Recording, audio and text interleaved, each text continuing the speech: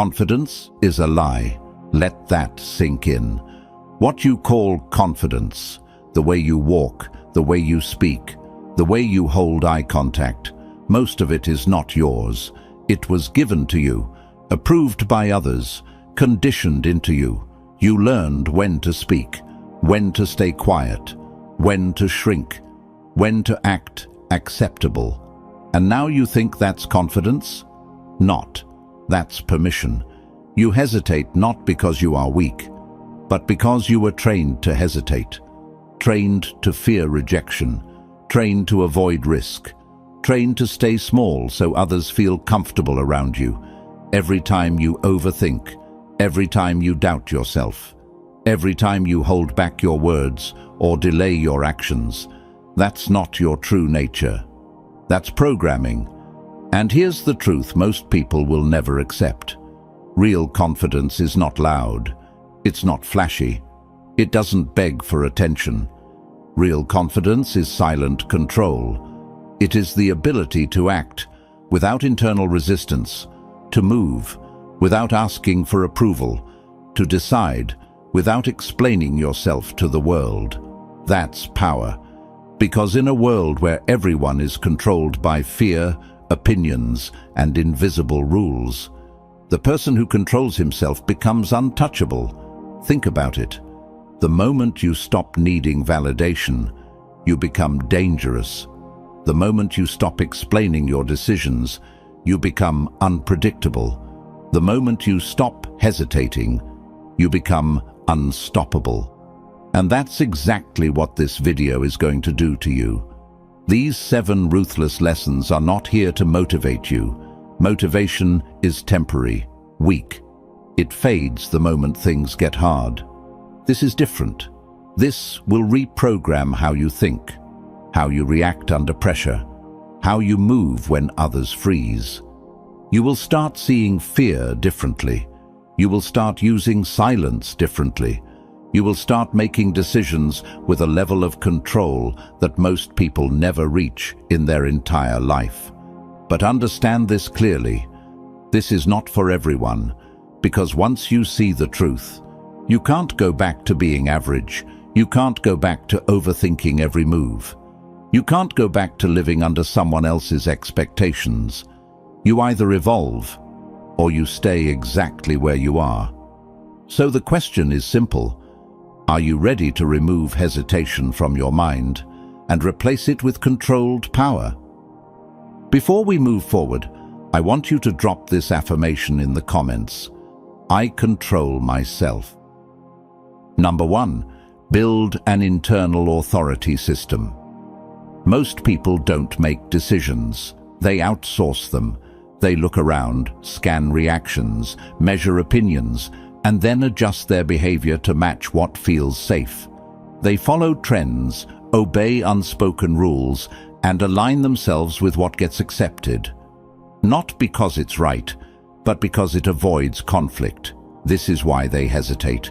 Because when your direction comes from outside, every step requires confirmation. Every move feels uncertain. Every choice becomes a risk. Not because the situation is dangerous, but because you don't trust your own judgment. Understand this clearly. If you need approval before you act, you are not in control. You are being managed. And the more you depend on external signals, the weaker your decision-making becomes. You start second-guessing simple choices. You delay actions that should be immediate. You wait for the right time, the right response, the right conditions. But those conditions never arrive. Because external authority is unstable. It shifts with people, environments, and circumstances. What is accepted today can be rejected tomorrow. What works in one room can fail in another.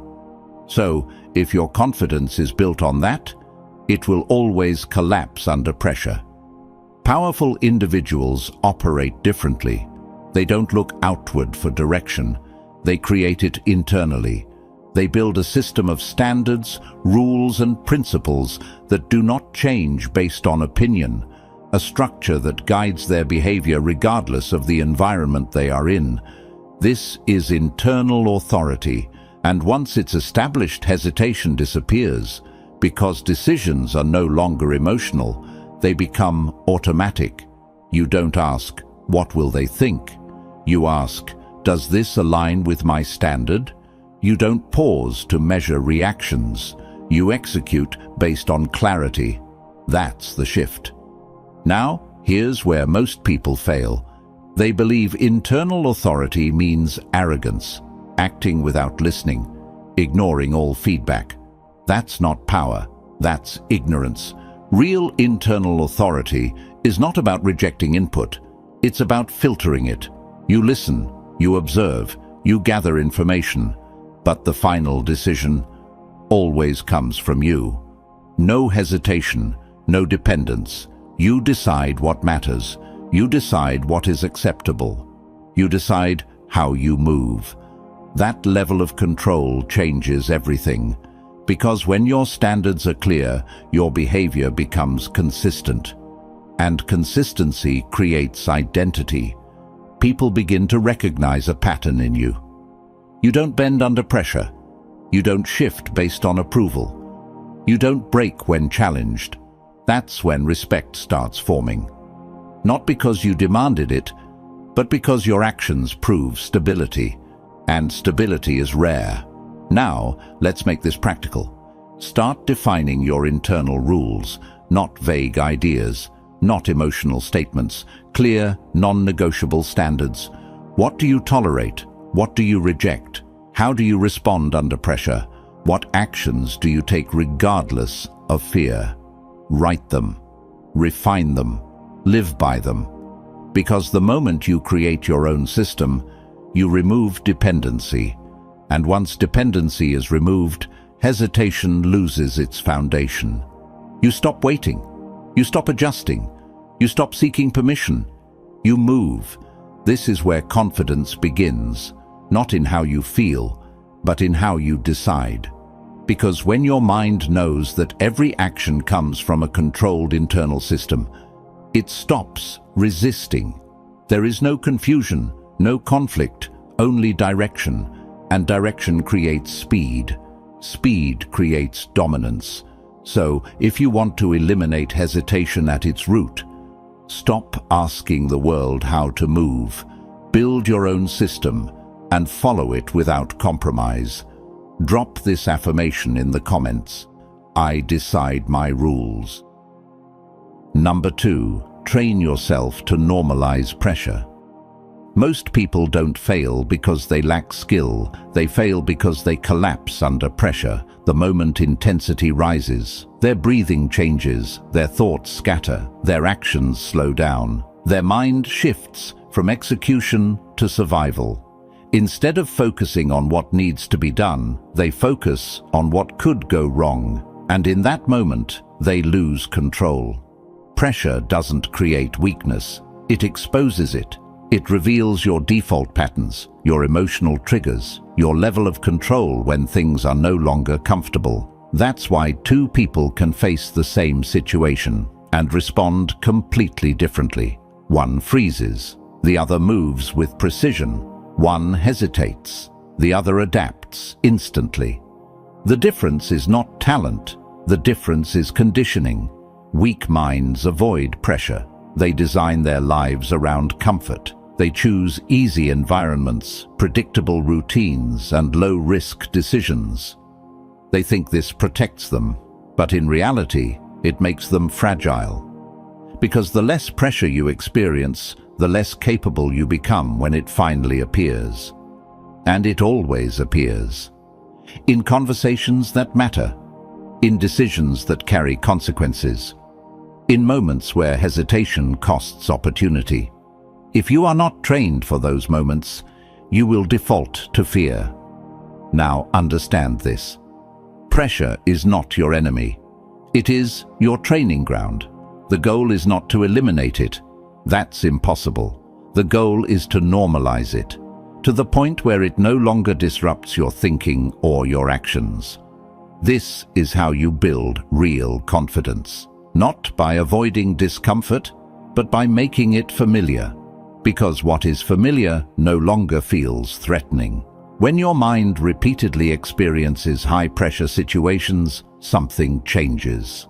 The emotional spikes begin to flatten. The intensity that once overwhelmed you starts to feel manageable. Your breathing stabilizes. Your thoughts become clearer. Your reactions become controlled. You stop panicking. You start performing. But this doesn't happen by accident. It requires deliberate exposure. You have to place yourself in environments where pressure exists, situations where the outcome matters, where there is risk, uncertainty, and the possibility of failure. Not once, not occasionally, repeatedly. You train under it. You stay in it longer than you want to. You resist the urge to escape. You observe how your mind reacts, how your body responds, how your behavior shifts.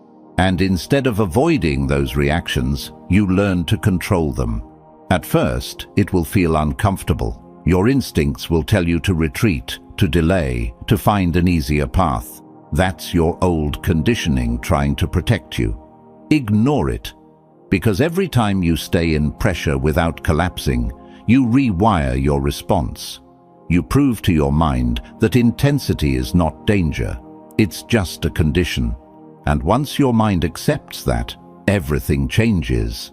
You begin to operate differently in situations that used to control you. You speak with more clarity when others hesitate. You make decisions faster when others overthink. You remain steady when others lose composure.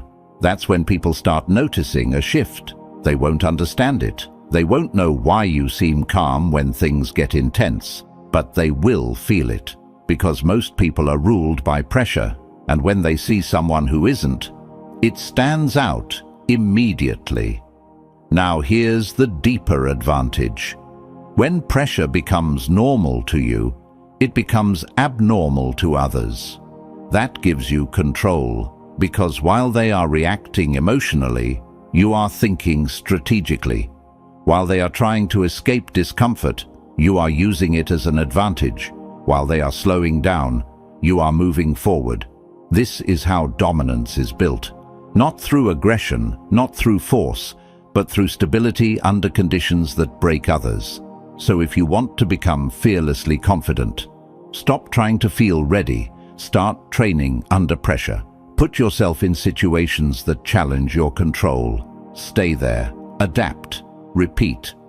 Until what once overwhelmed you becomes your natural environment. That's when hesitation disappears. Because pressure no longer signals danger. It signals opportunity.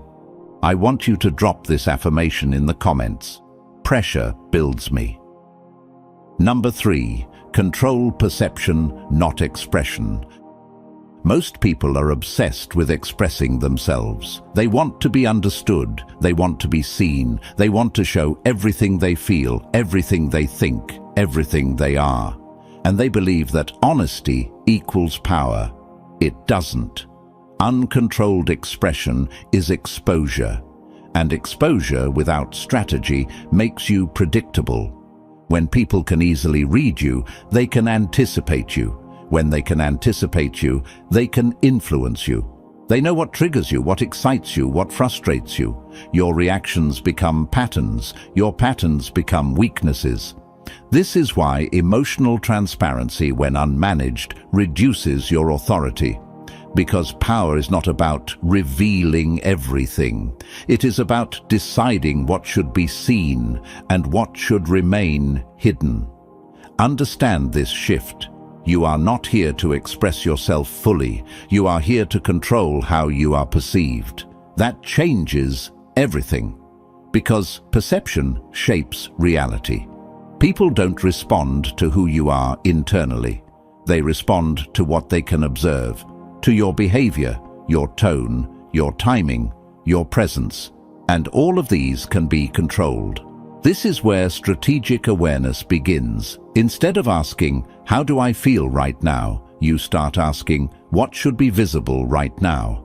That single question separates emotional individuals from controlled ones. Because when you operate based on expression, your actions are reactive. You respond to internal states, to moods, to impulses. You say things you didn't plan. You reveal things you didn't need to. You react in ways that reduce your position. But when you operate based on perception, your actions become intentional. You choose your words carefully. You control your reactions. You decide when to speak, and when silence creates more impact. Silence, in particular, is one of the most underestimated tools. Most people talk to fill space. They rush to explain, to justify, to prove themselves. They think more words equal more control. In reality, it does the opposite. The more you speak without purpose, the more information you give away. The more you explain, the more you expose your thinking. And the more you expose, the easier it becomes for others to read and predict you. Controlled individuals don't rush to fill silence. They let it work. Because silence creates tension. It creates curiosity. It forces others to project their own assumptions onto you, and those assumptions often work in your favor. This is where perception becomes a weapon. You don't need to dominate conversations. You don't need to prove intelligence. You don't need to reveal your full intentions. You only need to show what benefits your position. Nothing more. Now, this doesn't mean becoming fake or deceptive. It means becoming selective. You still operate with awareness. You still observe reality clearly, but you filter what you express. You remove unnecessary reactions. You eliminate emotional leakage. Your face doesn't reveal everything. Your tone doesn't expose insecurity. Your behavior doesn't fluctuate based on pressure. You become consistent and controlled. That consistency builds a certain image. People begin to see you as composed, hard to read, difficult to influence, and that creates a psychological distance that increases your authority. Because when others cannot fully understand you, they respect you more. They become cautious. They think twice before acting against you. They hesitate while you remain steady. This is the advantage. You are no longer reacting to the environment. You are shaping how the environment reacts to you. And once you reach that level, confidence becomes automatic because you are not trying to be liked. You are managing how you are seen. So if you want to move with power, stop expressing everything. Start controlling perception. Decide what people see. Decide what they don't. And most importantly, decide why. That's how you build presence. That's how you build authority. That's how you become someone others cannot easily figure out or control. Drop this affirmation in the comments. I control perception. Number 4, turn fear into strategic data. Most people run from fear.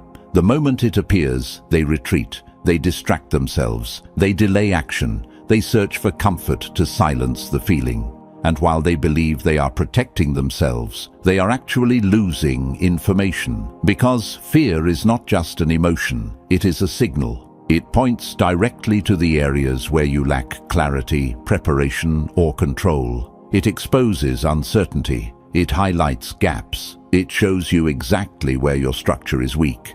But if your first instinct is to escape it, you never decode it. You stay blind, and blindness creates vulnerability. Understand this clearly. Fear is not the problem. Misinterpretation is. You were trained to see fear as danger, as something negative, as something to avoid. But in reality, fear is one of the most accurate feedback systems you have. It tells you where the risk is.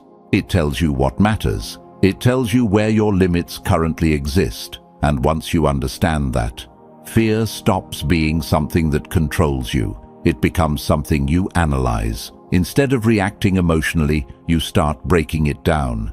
You ask precise questions. What exactly am I afraid of? What is the worst-case scenario? How likely is that outcome? What variables are within my control? What can I do to reduce the risk? Now you're no longer overwhelmed. You're thinking. And thinking creates structure. Because most fear feels intense, not because the situation is extreme, but because it is undefined.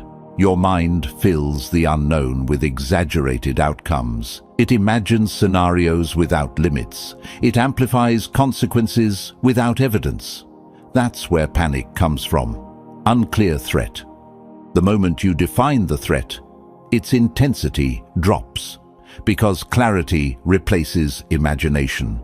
And once you see the situation clearly, you can start building countermoves. This is where power begins. You don't eliminate fear by ignoring it. You eliminate its control by preparing for it. If you fear rejection, you train yourself to face it repeatedly until it loses impact. If you fear failure, you break down the process and reduce the variables that cause mistakes. If you fear uncertainty, you gather information and create multiple options. Every fear can be translated into action. Every unknown can be mapped. And once it is mapped, it becomes manageable. Now here's the critical shift. Fear should not stop your movement. It should guide your preparation, because the presence of fear means there is something important at stake. Something that has value, something that can change your position. And if you learn to use that signal correctly, you gain an advantage over those who avoid it.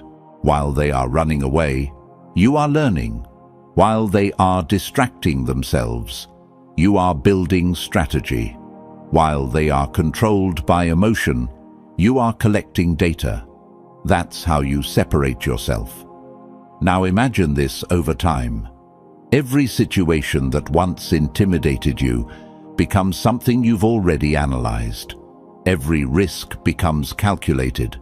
Every outcome becomes predictable to a certain degree. Your mind stops overreacting. It starts operating. You no longer freeze when something feels uncertain. You don't delay because something feels uncomfortable. You don't hesitate because something could go wrong. You already know what could go wrong, and you already have a response. That creates a different level of confidence. Not emotional confidence, but calculated certainty. Because you are not moving blindly, you are moving with awareness. And awareness removes fear's control. So the next time fear appears, don't escape it. Pause. Break it down. Define it. Then build your response, because hidden inside every fear is a map. And if you learn how to read it, you will always be one step ahead of those who refuse to look. Now, I want you to drop this affirmation in the comments. Fear guides me. Number 5. Weaponize absence and scarcity. Most people believe that being constantly present makes them valuable. They think more visibility means more influence. More talking means more respect. More availability means stronger connections. So they show up everywhere. They respond instantly. They make themselves easy to access. And without realizing it, they destroy their own impact. Because what is always available is rarely valued. Familiarity reduces attention. Predictability lowers curiosity. When people know they can reach you anytime, see you anytime, get a response anytime, they stop appreciating your presence. You become normal, and normal has no weight. Now understand this shift. Value is not created by how much you give. It is created by how limited your access becomes. Scarcity changes perception. When something is not always available, it becomes more noticeable. People start paying closer attention. They become more aware of your presence because it is no longer constant. This is not manipulation. This is psychology. Humans are wired to value what feels rare, to focus on what can be lost, to chase what is not easily accessible. And if you understand this, you stop trying to be everywhere. You start becoming selective. You don't respond to everything. You don't engage in every conversation. You don't make yourself constantly visible. You choose when to appear and when to disappear. That control creates tension. Because when your presence is limited, people begin to notice the gap. They start wondering where you are, what you're doing, why you're not reacting like before. And that curiosity increases your perceived importance. Now here's where most people misunderstand this concept. They think absence means ignoring everything or disconnecting completely. That's not strategy, that's avoidance. Real absence is controlled. It is intentional. It is calculated. It serves a purpose. You are not disappearing because you are weak or overwhelmed. You are stepping back to increase your value, to maintain your focus, to avoid unnecessary exposure. Because every time you overexpose yourself, you give away leverage. People learn your patterns. They predict your behavior. They reduce your impact. But when your presence is unpredictable, you become harder to read. And what is hard to read becomes harder to control. This creates a psychological shift in how others respond to you. They become more attentive, more careful, more aware of how they interact with you because they no longer feel guaranteed access, and access is power. The less available you are, the more people value the moments when you are present. Your words carry more weight. Your silence carries more meaning. Your actions create more impact. This is how authority is built, without force. Now apply this to your behavior. Stop over-communicating. Stop explaining everything. Stop being instantly available to everyone. Create space. Let conversations breathe. Let responses take time. Let your presence become something that is experienced, not expected. At first, it will feel uncomfortable. You will feel the urge to respond quickly, to stay engaged, to maintain constant interaction. That's your old pattern trying to keep you visible. Resist it. Because the moment you control your availability, you control how people perceive your importance. Now here's the deeper layer. Scarcity doesn't just affect others, it affects you. When you are not constantly reacting to everything around you, your focus sharpens. Your energy is no longer scattered. Your attention is no longer divided. You start moving with intention. You choose where to invest your time. You choose where to direct your energy. You choose what deserves your presence. And that level of control increases your internal stability. You are no longer driven by external demands. You are directed by internal priorities. That's real power. So if you want to increase your psychological weight, stop trying to be everywhere. Start becoming selective. Limit access. Control visibility. And let your absence create value where your presence once lost it. Because in a world where everyone is constantly available, the one who isn't becomes unforgettable. Drop this affirmation in the comments. My presence has value. Number 6. Map weakness patterns. Every person moves through life with invisible routines shaping their behavior. These routines are not random. They are structured loops built from repetition, emotion, and response history.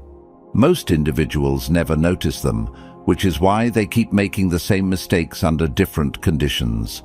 They think situations are changing, but in reality, their internal sequence stays identical. When stress enters, when attention increases, when outcomes matter, the same behavioral script activates again and again. This is where true understanding begins, not in judging actions, but in identifying repeatable structures behind those actions. Once you learn how to observe these structures, people stop being unpredictable and start becoming readable systems. You begin to notice that certain environments trigger specific reactions, certain conversations activate emotional shortcuts, and certain challenges expose predictable flaws. This is not guesswork. It is observation of behavioral rhythm. Every individual has breaking points. Some collapse when timing is rushed. Others lose control when challenged publicly. Some become overly defensive when questioned directly. Others shut down when required to take responsibility quickly. These responses are not random. They are conditioned reflexes formed through repeated life experiences. And once you can identify them, you gain clarity on how decisions are formed beneath surface behavior. The same principle applies inwardly.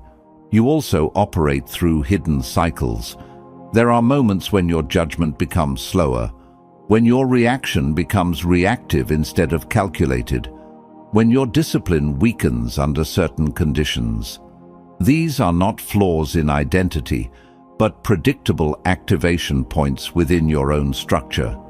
Most people never study themselves with honesty, so they continue repeating internal errors without understanding the origin. But when you begin mapping your own response patterns, something changes. You start noticing what triggers inconsistency, what leads to impulsive behavior, and what situations distort your clarity. This awareness allows you to intervene before repetition occurs. Instead of reacting blindly, you begin to anticipate your own tendencies and adjust before they fully activate. The same mapping process applies externally. When you study others carefully, you begin to recognize behavioral signatures. You see how someone reacts when their status is questioned, how they respond when they feel ignored, how they behave when their plans are disrupted. Over time, these reactions form a predictable profile, not because people are simple, but because humans rely heavily on default responses under emotional load. Once you identify these defaults, interaction becomes strategic. You understand where resistance will appear, where agreement is likely, and where emotional shifts will influence decisions. This is not about manipulation. It is about comprehension of structure beneath behavior. Another critical layer is timing. Many people assume behavior is random because they only observe single moments. But when you observe sequences instead of isolated events, clarity emerges. You begin to see that actions are connected, not separate. One decision leads to another. One reaction sets up the next response. This chain-like nature of behavior reveals predictable pathways. And when pathways are visible, outcomes become easier to anticipate. The advantage of this awareness is not dominance over others, but reduction of uncertainty in interaction. You no longer enter situations blindly. You recognize early signals, adjust your approach, and avoid unnecessary missteps. Internally, this skill creates stability. Externally, it creates awareness. Together, they form a level of control over movement that most people never develop because they are too focused on surface-level events instead of underlying structure. When you map these patterns consistently, your thinking becomes less emotional and more analytical. You stop reacting to isolated moments and start interpreting sequences. You stop judging behavior at face value and start decoding the system behind it. Over time, this removes confusion from decision-making because you are no longer surprised by outcomes. You recognize their formation long before they fully appear. That is the power of pattern awareness. Drop this affirmation in the comments. I see patterns clearly. Number 7. Replace hesitation with controlled aggression. Hesitation is not caution. It is delay disguised as thinking. It creates a gap between intention and execution where doubt grows stronger than direction. In that gap, the mind begins negotiating with itself. It replays possibilities, imagines consequences, and constructs scenarios that do not exist yet. And while this internal debate continues, opportunity moves forward without you. Most people believe hesitation protects them. In reality, it weakens timing. And timing is one of the most critical elements of effective action. When execution is delayed, momentum breaks. When momentum breaks, confidence collapses.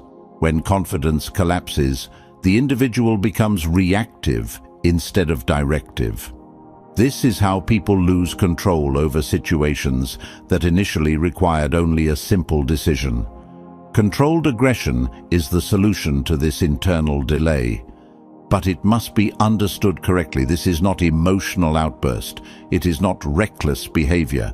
It is not impulsive reaction driven by frustration. Controlled aggression is precision under motion. It is the ability to act decisively while maintaining awareness of consequence, environment, and direction. It eliminates unnecessary delay without sacrificing clarity.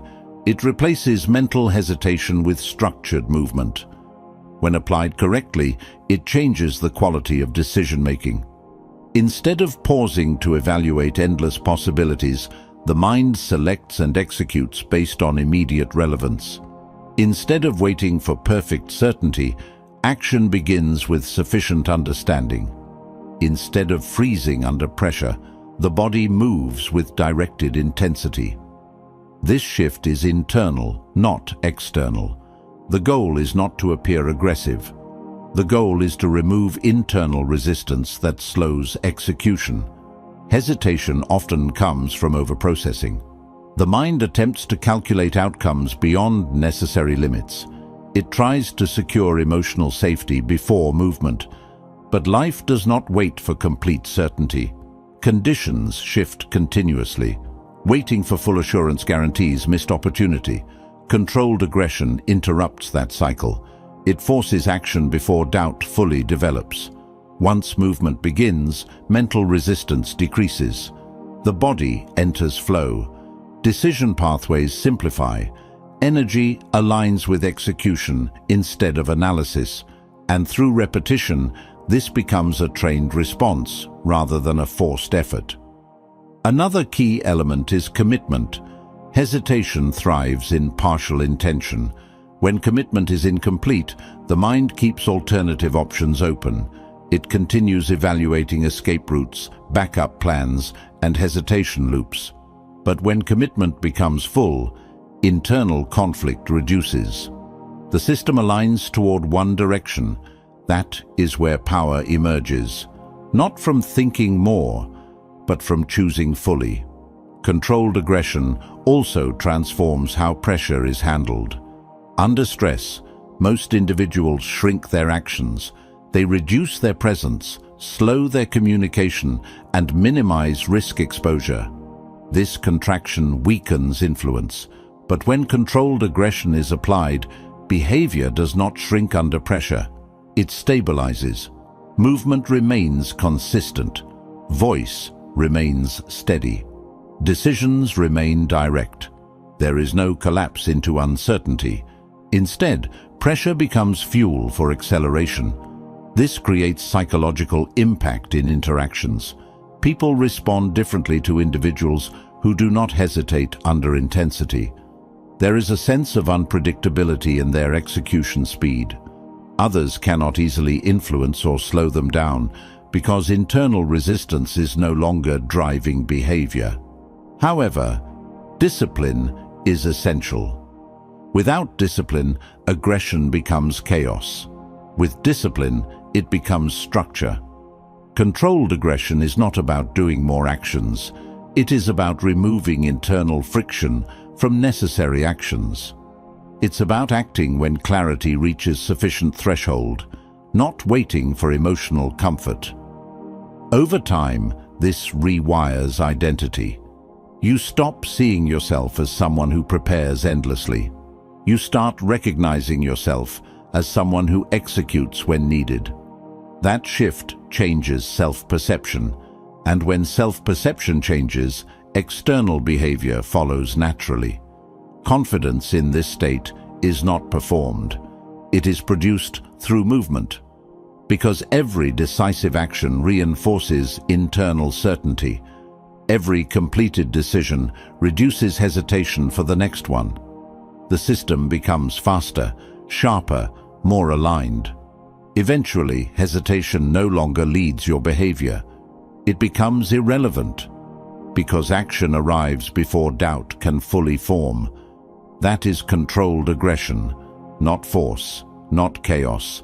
but precise execution without internal delay. Now everything has been revealed, not as motivation, not as theory, but as structure.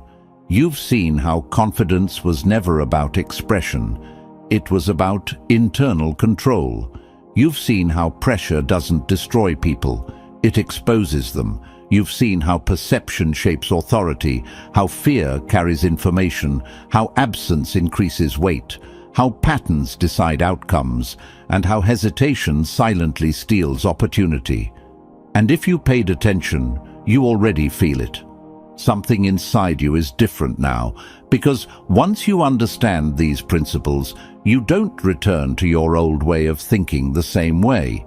You start noticing your own delays. You start recognizing your own hesitation before it even fully forms. You start seeing where you were reacting emotionally instead of moving with structure. That awareness is the beginning of change, but awareness alone is not enough. Most people understand ideas like these and still remain the same. They feel inspired for a moment, then return to old behavior because comfort pulls them back, because discipline was never built, because execution never followed understanding.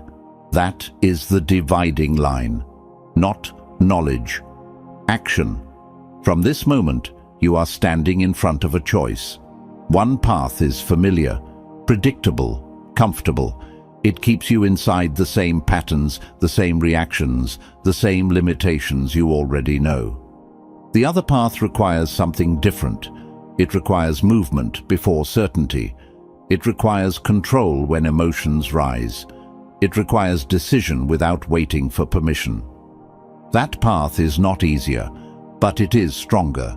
And strength is not built in theory. It is built in repetition, in execution, in the moments where you act even when hesitation appears, and you refuse to obey it. If you truly understood this video, then your behavior cannot remain the same.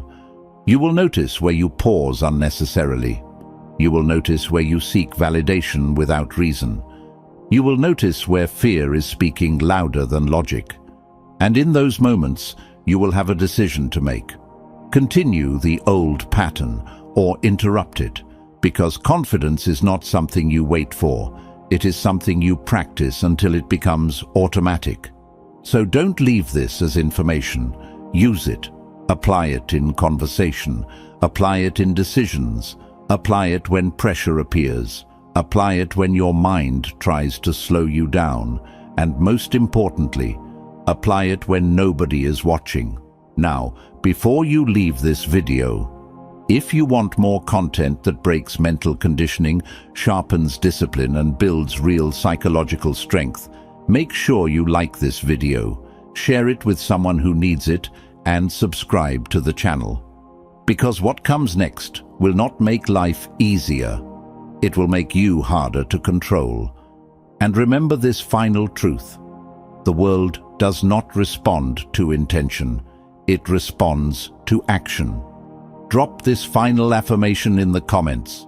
I choose action.